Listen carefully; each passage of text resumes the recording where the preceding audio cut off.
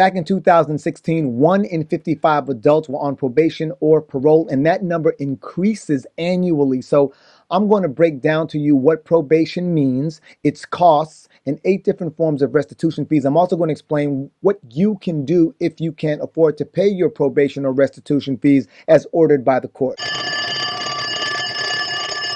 What up, my peoples? My name is Romany Malco. I am the founder of the PEP, the People's Empowerment Platform, and today I am going to delve into our judicial system. Whether you are on probation or parole or freer than a leprechaun, you are going to find pieces of information in this video useful, but this video is also going to help you better understand if the decisions made by the court and the conditions around that decision are fair or not. And before we get into this, have you subscribed to this channel? If not, you should do that, or even better, you can go to petrequest.com and request an invite. This way I get to communicate with you directly rather than going through YouTube.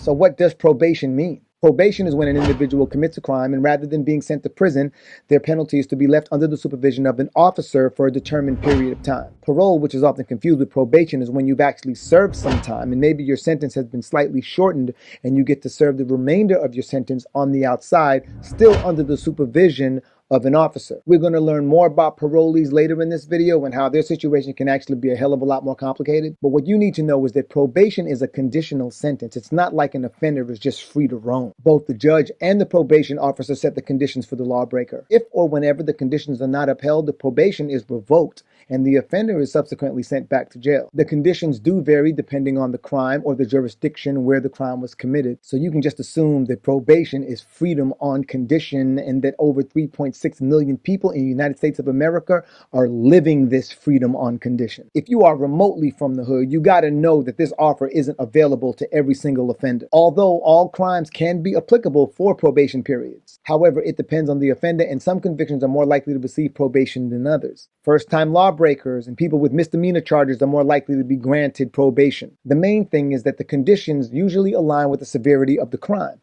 Did you see how I made that rhyme? Write bars in the comments if you so inclined. In the same way that probation conditions may differ, so do the fees attached. What? Yes, that's what I'm saying. Part of the conditions of being on probation is to pay monthly probation fees. Bro, what are you talking about, man? The whole reason I'm even making this video is because my movie just came out. It's called Tijuana Jackson, Purpose Over Prison. It stars me, Regina Hall, Tammy Roman. And in the movie, this dude's discussing what he has to pay while he's on probation. And then people just started hitting me up on Twitter like, yo, you got to pay to be on probation? Yes, there are multiple fees, and each of these fees can range anywhere between like $10 in states like Maine to like $150 in New Mexico. So yes, while probation is offered as a means of helping you stay out of jail, restitution fees is actually a victim compensation fund paid by a convicted defendant on a monthly basis. So basically, the offender has to pay the victim for whatever losses they may have incurred due to the offender's crime. Also, fines differ from restitution. Fines are intended to punish the offender. Restitution serves as the medium to reimburse victims for their losses. At the same time, restitution fees also differ from supervision fees, which require parolees under probation to pay annually. Sometimes parolees are required to pay different restitution fees as a condition of their release. Note that these fees fall under the monetary type of restitution. But it doesn't stop there. You've got community services and you also have direct services to victims. All right, here we go. 8 types of monetary restitution. Number 1 on my list of restitution fees is property damage or loss due to a crime. This is when parolees are required to pay to cover the cost of the goods that were vandalized or stolen from the victim. This could come from either a store or a house robbery or other situations where the victim's property was damaged or lost. The cost is usually determined through store estimates or receipts for the items. The offender can pay for those costs directly to the victim or through a public authority dedicated to taking those payments. I'm sure there's an additional fee to that one. Property damage is common. What is not common is number 6 on my list. It doesn't make sense. It's because it kind of like hurts the victim more than the assumed payment. You know, we will get around to that fee and the circumstances involved later in this video. Just stay with me, okay? Numero 2. My number 2 restitution fee comes from covering the loss of income due to injuries inflicted by the parolee. In a case where the individual beats up a spouse, friend, a business partner, or any individual, the victim can request like a restitution fee to cover lost income. If the victim is unable to do their job due to an injury that was inflicted by the offender, they can request that the offender compensate them for lost income in full. Yo, I'm not kidding. Once it has been proven that the victim's injury inhibits them from going to work, the defendant will be required to pay for their sick leave and maybe even pay for a vacation needed for recovery. My doctor said the only way I'm going to heal this neck injury is to go to the Maldives. Besides lost income, restitution fees can also cover direct out-of-pocket expenses, which is our number 3. For example, this could be associated with increased insurance premiums due to stolen or damaged property. So the insurance company might tell the victim, hey, you just got robbed, you're high risk now, so we're going to have to raise your premium. And then the victim can turn around and say, yo, I want the offender to pay this, and you'd have to.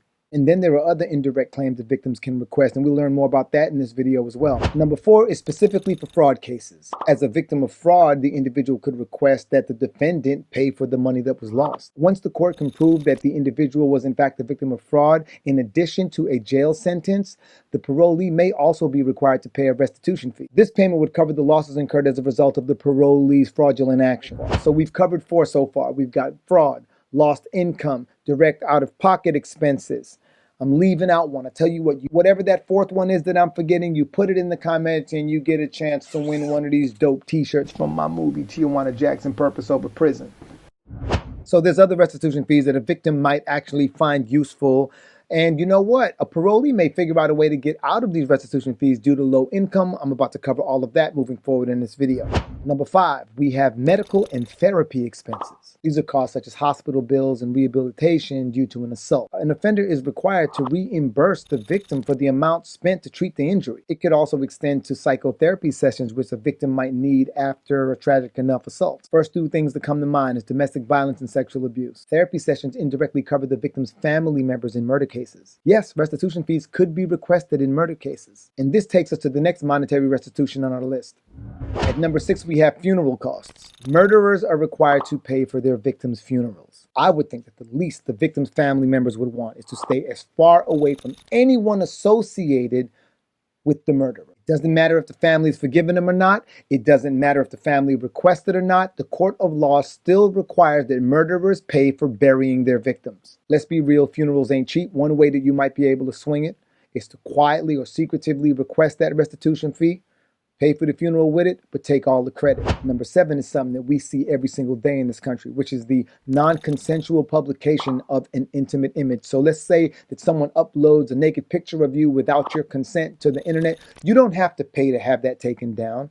You could actually sue the perpetrator. You could sue the defendant and request restitution fees be paid. With enough evidence, the court will order the defendant to pay to have that image removed. Now for my last monetary restitution before we start learning how we can get out of paying these fees. Number 8 covers expenses incurred from having to move out of the offender's household. Let's say someone has to move out of a family member's house or a common law partner's house after receiving threats of harm. That victim could insist on being paid to cover every single expense they have incurred since having to move out. We're talking temporary housing, food, transportation, childcare, and whatever miscellaneous expenses that might occur. As long as the victim provides adequate receipts, the defendant got to pay. But what if the defendant can't afford to pay? Well, after providing evidence that supports this, government-run compensation programs will take over. This way, a state can fund a victim's reimbursement, and this also applies when there hasn't been a conviction. Knowing this stuff is important because if you are a victim of a crime, it helps you understand all the ways in which you can be compensated. And though these restitution fees may vary in cost from state to state, you, as someone who may be convicted of a crime, can better identify where these restitution fees are fair and where they are unjust. But it's important to understand the intricacies of the judicial system. A lot of times they're not as straightforward and can typically be even more complex according to the offender, the state, the type of crime, etc. All of that stuff reflects in the final verdict. But what do you make of these restitution fees? Have you paid restitution fees? I want to know in the comments, for real.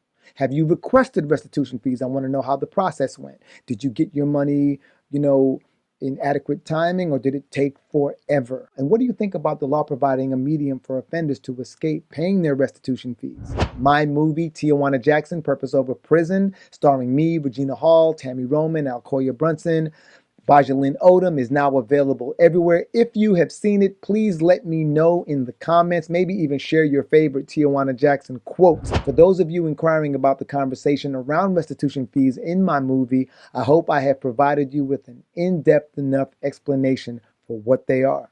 My name is Romany Malco, and this concludes another episode of whatever you want to call it.